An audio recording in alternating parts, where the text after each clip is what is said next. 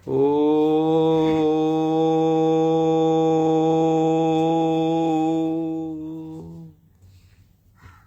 ब्रह्मा मुरारे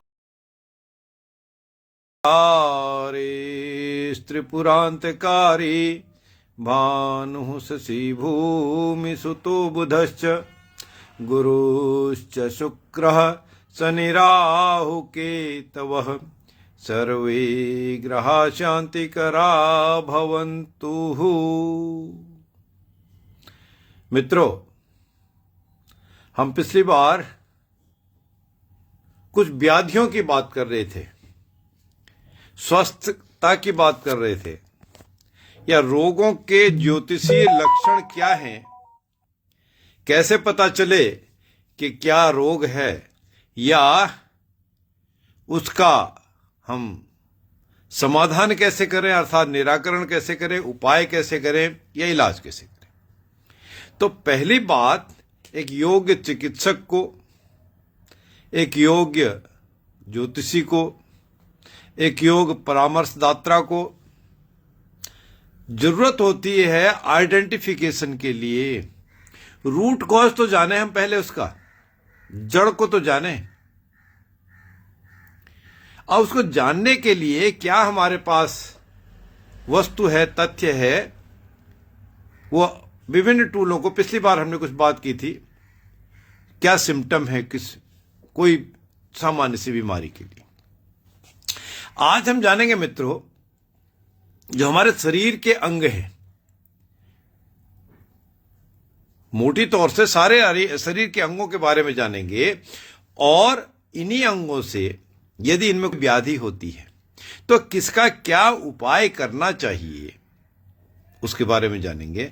अर्थात हम शरीर के अंग और तथा उस प्रत्येक अंग का देवता कौन है, क्योंकि उसे कंट्रोल कौन करेगा, ठीक कौन करेगा। कोई न कोई तो डिवाइन पावर है, कोई न कोई ऐसी शक्ति है जो उसको रन करती है, कंट्रोल करती है। तो देवताओं की बात जानेंगे, उसी से वो फिर बीमारी के लिए भी काम हमारे आएंगे, या और किसी अंग के लिए भी, और किसी कार्य के लिए भी कार्य आएंगे। चलिए मित्रों, सबसे पहले ये चेहरा, जो हमारा फेस है, जो चेहरा है, ये चेहरे से में रौनक हो, खुशी हो, प्रोग्रेशन हो, या कोई व्याधि ही क्यों ना हो, अच्छा दिखने वाला हो, खूबसूरत दिखने वाला हो, मेरे मित्र भाई अमित की तरह बहुत चमकदार रोबीला चेहरा हो, खुश मिजाज हो, एक और मित्र श्वेता की तरह बहुत ही आकर्षित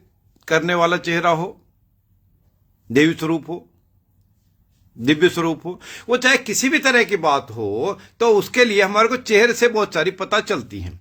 अब मित्रों, जो हमारी आजकल कक्षा चल रही है वह तो ज्योतिष और व्याधि रोगों के बारे में चल रही है, तो चेहरे से भी हमको पता चल जाता है। अब जो हम बात करते हैं, यह चीजें मल्टीपल यूज होती है। चले हम जाने, अब चेहरा और चेहरे का जो स्वामी है, स्वामी की अगर जब हम बात करेंगे तब क्या होगा, वही स्वामी अच्छा या बुरा, अधिक प्रभाव, कोई प्रभाव नहीं, या दुष्प्रभाव, जो भी होगा वही करने वाले हैं। तो हम ज्योतिषी माध्यम से भी, अध्यात्म के माध्यम से भी, और यदि चिकित्सक को भी परामर्श इस तरह से दे सके, उसको इंडिकेट कर सकें कि ये अगर किया जाए तो इसका सुफल हो सकता है, ऐसे हम यूज करें। तो पहली बात चेहरे की थी। तो मित्रों, चेहरा जो है हमारा, इसके जो स्वामी हैं, इसके जो देवता हैं, शरीर का पहला अंग चेहरा, इसके चेहरे के जो स्वामी हैं वो अग्नि देवता है। अब अग्नि मित्रों ठीक है, भोजन पकाने के लिए भी अग्नि काम में आती है, हवन यज्ञ के लिए भी अग्नि काम में आती है। पेट में जो हमने खा पी लिया, जठराग्नि भी जब तक जागृत नहीं होगी तो डाइजेशन कैसे होगा। तो अग्नि के विविध रूप, विविध स्वरूप हैं। और आजकल जैसे उत्तर भारत में विशेषतः बहुत सर्दी है, तो टेम्परेचर को मेंटेन करने के लिए भी अग्नि काम आती है। जो ये विद्युत प्रकाश हम देख रहे हैं, यह भी अग्नि का स्वरूप है, ताकत का स्वरूप है। तो चेहरे से संबंधित कोई भी जानकारी हमने जाननी है, फायर कैसा है, फायर का मतलब एनर्जी, सिनर्जी, पावर किसी भी तरह की, वह अग्नि का अगर हम उपाय करेंगे, अग्नि को प्रसन्न करेंगे, अग्नि के पूजन करेंगे या अग्नि से संबंधित उपाय लेंगे व्याधियों से दूर करने के लिए जो बहुत अधिक ताकतवर हों, ऐसी दवाइयां ली जाएंगी, दी जाएंगी, तो चेहरे की कांति भी बढ़ेगी, भ्रांति दूर होगी और साथ ही साथ परेशानियां भी दूर होंगी। तो पहली बात तो थी चेहरे की। चेहरे का मतलब पूरी आंख, कान, नाक, मुंह, बहुत सारी चीजें आ गई। अब स्पेसिफिक फिर थोड़ी सी और बात करें उसी चेहरे में। जो हमारी नाक है, नासिकाएं हैं, ये कौन कंट्रोल करता है इनको? मित्रों, जैसे हम जानते हैं नासिका बेसिकली क्या काम आती है? श्वास लेने के लिए। नाक को बंद कर दिया जाए प्राणायाम के लिए कोई नियत समय तक तो ठीक है, बहुत लंबे समय तक नाक बंद कर दी जाए, मुंह भले ही खुली भी रहे, फिर भी ब्रीदिंग प्रॉब्लम तो हो जाती है। श्वास लेने के लिए नाक से अच्छा काम, अधिक काम, हमारा जो धमनियों का प्यूरिफिकेशन का काम है, ऑक्सीजन लेने और छोड़ने का काम है, वो मुंह नहीं कर सकता उतना। तो नाक के जो देवता हैं वो स्वयं वायु देवता है। तो कैसे हो वायु? पहले जब कभी कफ कोल्ड लग जाता है, हालांकि आजकल कोरोना का भी भय चल रहा है, कफ कोल्ड, हल्का भी बुखार हो तो डॉक्टरी सलाह भी हुई होती है, दूर रहना भी है, वो बात भी सही है। लेकिन यदि हमारी इनटेक सही है ऑक्सीजन की, अगर हम श्वास प्रॉपर ले पा रहे हैं, तो नेचुरली हमारी जो धमनियां हैं, हमारा जो रक्त है, प्रवाह भी प्रॉपर होगा, सर्कुलेशन भी प्रॉपर होगा, और सर्कुलेशन प्रॉपर होगा तो क्या होगा? तो व्याधियां बहुत सी दूर हो जाएंगी, बशर्ते प्रोवाइडेड वो वायु दूषित ना हो, प्रदूषित ना हो। क्योंकि हम कई बार मौका मिलता है, देखते हैं कहीं पॉल्यूशन है, सांस लेने में दिक्कत हो जाती है। जो साथी, जो मित्र, किसी को अस्थमा हो, सर्दी के काल में बहुत दिक्कत होती, तो उसके लिए अग्नि उपाय है। श्वास लेने की बहुत प्रॉपर वे में वायु का प्रवाह प्रॉपर हो, इसलिए तो वास्तु में भी बताया जाता है ना, भवन में, भवन का कोई भी रूम हो, कोई भी कक्ष हो, किचन हो, शयन कक्ष हो, टॉयलेट बाथरूम हो, बैठने का कमरा हो, जितनी अधिक प्रकाश और वायु की व्यवस्था होगी, जितना ज्यादा ओपननेस होगा, उतनी घुटन कम होती है। तो वायु जो नाक के हमारे देवता हैं, वायु से हमारे को ये सारी चीजें बताएंगे, बचाएंगे। ठीक है। और वायु ना हो, ऑक्सीजन ना हो, तो कितना भी धन दौलत दुनिया में कहीं भी, कोई भी कैसा भी हो, क्या वो जी सकता है? नहीं जी सकता, दम घुट जाते हैं मित्रों। चलिए, अब तीसरी चीज है हमारी ये आंखें, दोनों नेत्र। इन पर इनका कंट्रोल है। किसका कंट्रोल है? कौन इनका संरक्षक है? किसकी मेहरबानी से हमारी आंखें देख पाती हैं? इन आंखों पर, नेत्रों पर सूर्य तथा चंद्रमा का कंट्रोल है, अर्थात सूर्य तथा चंद्रमा नेत्रों के देवता हैं, स्वामी हैं। तो सूर्य चंद्रमा की स्थिति, परिस्थिति, चाहे कुंडली की बात करें, प्रैक्टिस की बात करें, प्रैक्टिकली बात करें, उन्हीं के द्वारा हमारे नेत्रों का पता चलता है। इसलिए तो मित्रों कहा है, जब द्वादश भाव में या द्वितीय भाव में मंगल की स्थिति कुंडली में होती है, कहीं न कहीं एग्रेशन बढ़ता है। सूर्य भी कहीं संबंध बनाते हों तो या तो आंखें बहुत ज्यादा चौंधिया देने वाली, बहुत ज्यादा तेज या कमजोर हो जाती हैं। तो आंखों पर हमारे दोनों चंद्र तथा सूर्य महाराज का अधिकार है, वो उसके स्वामी हैं। अगर जरूरत पड़ती है आंखों पर, तो इनका कार्य हम चंद्रमा और सूर्य से ले सकते हैं। अब ये दोनों जो हमारे कान हैं, श्रवण के जो यंत्र हैं, श्रवण यंत्र कान, इन दोनों कानों के जो स्वामी हैं, दिशानाथ हैं, अर्थात जिस दिशा में ये घूम रहे, अभी हम किस दिशा में चेहरा करके बैठे हैं तो ये किस तरफ हमारी इन दोनों कान खुल रहे हैं। इन दोनों दिशाओं के स्वामी इनको कंट्रोल करते हैं, वो नाथ हैं, स्वामी हैं। दिशानाथ का मतलब क्या है? यस, कानों के स्वामी हमारी स्थिति परिस्थिति के अनुसार, हमारे मूवमेंट के अनुसार बदलते रहते हैं। आंख के वही हैं, नाक के वही हैं, चेहरे के वही हैं, वो स्थिर हैं, ज्योतिष में जैसे स्थिर कारक कहा जाता है। लेकिन ये जो कानों के स्वामी हैं वो जैमिनी के चर कारक की तरह काम करते हैं। हर जातक जातिका के लिए, हर कुंडली के लिए वो जो आत्म कारक से लेकर दारा कारक तक सारी चीजें बदलती हैं, वो स्थिरता नहीं होती उनमें, अस्थिर हैं, चर कारक हैं। इसलिए कानों के स्वामी भी बदलते, क्योंकि अलग अलग जगह पर हम अलग अलग बातें सुनते हैं, अलग अलग तथ्य सुनते हैं, और कभी कभी हम ओवर हियर करते हैं, ये तो सुनने की जरूरत नहीं।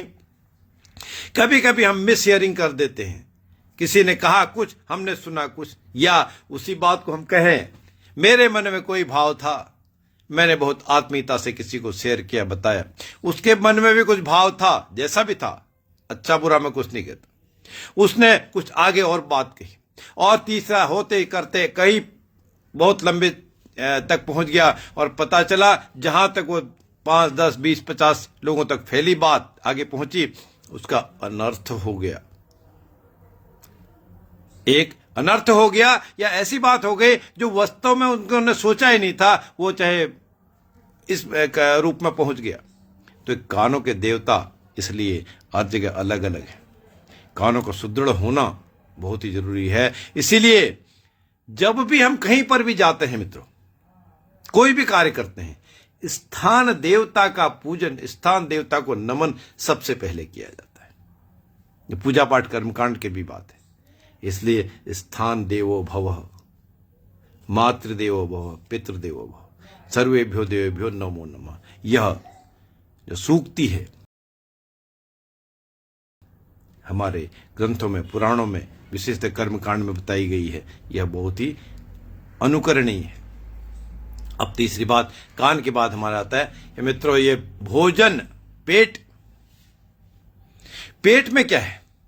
पेट में बात भी पचती है, पेट में हवा भी पचती है। पेट में अभी जो आजकल हमारी हैबिट है, चाहे वो बैड टी हो या गुड टी हो, कैसे भी हो जाती ही है। दूध भी इसमें है, दही भी इसमें है, घी भी इसमें है, भोजन भी इसमें है, नाश्ता भी इसमें है, लंच भी है, डिनर भी है। एक चीज। दूसरी चीज, जो बातें हम कर रहे हैं, आप सुन रहे हैं, या और भी कहीं हम बात करते हैं, आप कहते हैं, हम भी सुनते हैं, तो बातें भी पचना इसी पेट का काम है। या उगल देना, इंडाइजेशन हो जाना किसी भी वजह से, वो भी पेट का काम है। इस पेट के जो देवता है समुद्र देवता है। समुद्र कैसे विशाल हैं, इसलिए पेट के भी देवता का जो स्वामित्व दिया गया है ब्रह्मा जी के द्वारा, विशाल रूप दिया गया। अर्थात इसमें बहुत सी चीजें पच जाती हैं, बेकार की चीजें निकल जाती हैं, और काम की चीजें वो अल्टीमेटली रक्त के रूप में कन्वर्ट होके हमारे शरीर में काम आती है। हाँ, कभी कभी जब अपच हो जाती है, इंडाइजेशन हो जाता है, अर्थात वो समुद्र देवता नाराज हैं, या समुद्र देवता का मिजाज बिगड़ा हुआ है, चाहे वो ज्वार भाटे वाला बिगड़ा हो या और आंधी तूफान वाला हो, तो यह बात इस पेट की है। और जो हमारा हृदय है, मन है, इसके देवता तो हर कोई जानता ही है कि केवल और केवल चंद्रमा महाराज हैं। कितना इंसान खुश रहता है। या बीमारी, कोई हृदय संबंधी बीमारी है क्या? बात तो हमने कंटिन्यू तो बीमारियों की करनी है ना, रोगों की करनी है ज्योतिष में। कोई किसी तरह की बीमारी है क्या? तो उसका केवल हमको शंका समाधान हो, विचार हो, सुनना हो, देखना हो, तो चंद्रमा की स्थिति है। चंद्रमा मन सो जाता है। चंद्रमा मन के कारक है। मन की तरह, मन की गति के बराबर चंद्रमा भागते हैं, क्योंकि सबसे तेज तीव्रतम गति वाले चंद्रमा ही हैं। इसलिए मन का कंट्रोल है। हृदय की परेशानी है, हृदय कैसा है, अच्छा बुरा क्या है, कटु हृदय है या बहुत ही सौम्यता लिए हुए है, वो सारी बातें चंद्रमा में दिखेंगी, चंद्रमा से पता चलेगी। और उसके बाद जो हमारी स्किन है, चमड़ी है, ये पूरे शरीर की, हालांकि ज्योतिष में तो स्किन के कारक बुध को माना गया है, लेकिन जब शरीर के अंगों की बात करते हैं तो कंट्रोल कौन कर रहा है? चमड़ी को भी वायु देवता ही कंट्रोल करते हैं। वायु देवता कैसे कंट्रोल करते हैं? सबसे अधिक संपर्क में चमड़ी ही तो आती है। नाक से हमने श्वास ली, ऑक्सीजन ली और छोड़ दी, कभी कभी मुंह से भी ले ली, लेकिन बाकी अंगों से नहीं होता, क्योंकि बाकी अंग तो बंद है। आंख देखने के सब, हर अंग का अलग अलग काम है, लेकिन जो बाहर का स्किन है, हमारी चमड़ी है, इसको कंट्रोल वायु करती है। ये इसी वायु के द्वारा चमड़ी हमारी काली भी हो जाती है, इसी वायु के द्वारा चमड़ी हमारी सुर्ख भी हो जाती है, कमजोर भी हो जाती है, सूख भी जाती है और लालिमा लिए भी आ जाती है, गुलाबी भी हो जाती है। तो इस चमड़ी के कारक वायु देवता है।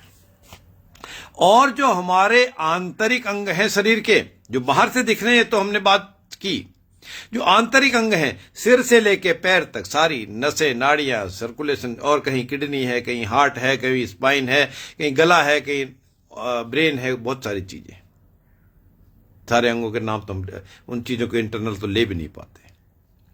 वो सारी चीजों के जो कंट्रोल करने वाले हैं, उनके देवता, उनके प्रतिनिधि मित्र हैं।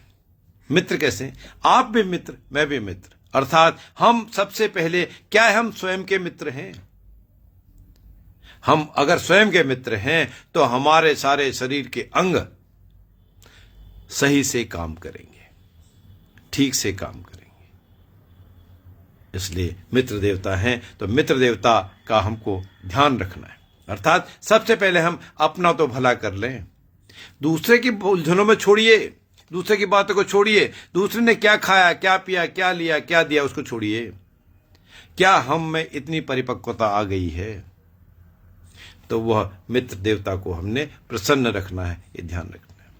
और उसके बाद मित्रों, जो हमारी नाभि आती है, नवल है, शरीर का मिड पॉइंट होता है, आधा हिस्सा नाभि से नीचे, आधा हिस्सा नाभि से ऊपर। अगर मेजर करेंगे, नापेंगे तो यह उतना ही आता है। तो नाभि का जो देवता है, नाभि सब कुछ है। जब तक बच्चा मां के गर्भ में है तब तक मां से चलता है, और मां जब गर्भ से बाहर बच्चा आ गया, जन्म हो गया, इंडिपेंडेंट हो गया। जन्म का मतलब ये, जन्म तो मित्रों वैसे तो गर्भाधान के समय ही जन्म हो गया बच्चे का, बालक का, लेकिन इंडिपेंडेंट आइडेंटिटी उसकी तब होती है जब वो उसका मां के गर्भ से बाहर आ गया और नाल काट दी जाती है, कट जाती है। तब नाल कटने तक बच्चा मां के पास ही है, और श्वास लेना भी, भोजन भी मां से ही ले रहा है, सब कुछ। इंडिपेंडेंट होने के बाद दोनों बातें होती, खतरा भी है दोनों को, किसको? मां को भी, बच्चा को भी, जच्चा बच्चा दोनों को। तो उस जो नाल कटने के बाद नाभि का हिस्सा है, उसको बहुत ही ध्यान रखने की जरूरत है, क्योंकि नाभि के जो देवता हैं, उसके देवता भी यमराज महाराज हैं, अर्थात मृत्यु हैं। नाभि में कोई डेंजर हो गया तो फिर बचा पाना मुश्किल है, चाहे गर्भाधान के समय से हो या जब तक, so long as we are alive, जब तक हम जीवित हैं। तो इसको मृत्यु देवता को भी प्रणाम करना ही चाहिए, उसका ध्यान रखना ही चाहिए, उसका अवॉइड नहीं ही करना चाहिए। अब इसके बाद जो एक हमारा जबड़ा है और जिह्वा, जो हमारा टंग है, टेस है, जीभ है, इनके देवता वरुण देवता है। वरुण देवता शीतलता देने वाले हैं। शीतलता हमारे को शारीरिक, मानसिक, आध्यात्मिक, आत्मिक कैसे भी हो। बहुत गर्मी पड़ रही, वरुण देवता की कृपा हो गई, ठंडक आ गई, फुहारें आ गई बारिश। और फिर जो हमारे रिप्रोडक्टिव अंग हैं, जननांग हैं, स्त्री जातकों के हों या पुरुष जातकों के हों, ये प्राइवेट पार्ट्स हैं, उनके देवता, उनको कंट्रोल जो है, जिन्होंने इस सृष्टि को बनाने में ब्रह्मा जी का साथ दिया है, या ब्रह्मा जी के आदेश से जिसने सृष्टि को बनाया, स्वयं प्रजापति महाराज है। प्रजापति जी की कृपा पाना, उनको आराध्य मानना, उनके पूजन करना, आशीर्वाद लेने से हमारे ये जो गुप्तांग हैं, इनकी व्याधियां दूर हो सकती हैं। और जो अब सारी बात होने के बाद जो हमारा ब्रेन है, बुद्धि है, विवेक है, बुद्धि के कारक, विवेक के कारक ज्योतिष में ठीक है गुरु महाराज बृहस्पति महाराज हैं, और विद्या के कारक बुध महाराज है। लेकिन फिर भी बुद्धि के जो इंटेलिजेंसिया है वो अल्टीमेटली किसने दिया, कितना दिया? उसके कारक केवल और केवल ब्रह्मा जी हैं, जिन्होंने सृष्टि की रचना की है। कितनी बुद्धि विवेक देना है वो ब्रह्मा जी द्वारा निर्धारित है। तो ब्रह्मा जी का आशीर्वाद जरूर लेने की कोशिश करें, तो तब क्या होगा, हमारे पास हमारा जो दिमाग है वह भी बहुत चलेगा, अच्छा चलेगा, और इसी कड़ी में हमको हमारा बुद्धि विवेक का विस्तरण भी होगा। और अल्टीमेटली आखिरी जो 13वां अंग है, चाहे कोई माने या ना माने, कितनी ही बात हो, कभी भी बात हो, किसी रूप में हो, कुछ न कुछ तो उसमें आता ही है, होता ही है। गाहे बगाहे हो, जानबूझ के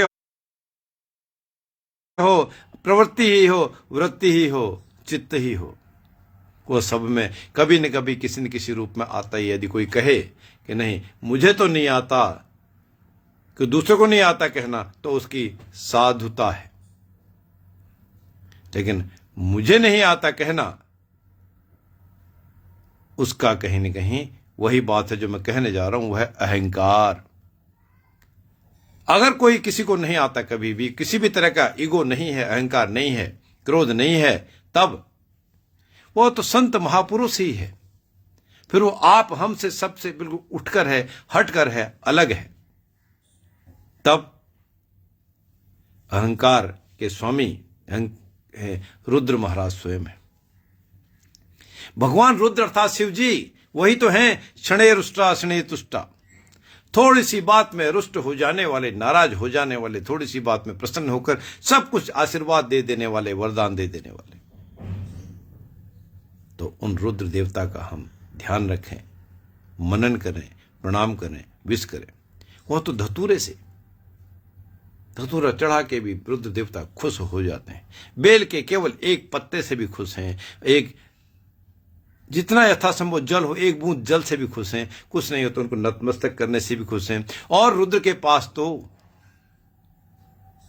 जो नंदी महाराज हैं, नंदी महाराज को देख के भी उनकी जो सेवा करता है, उनका जो मनन करता है, उससे भी रुद्र महाराज खुश हो जाते हैं।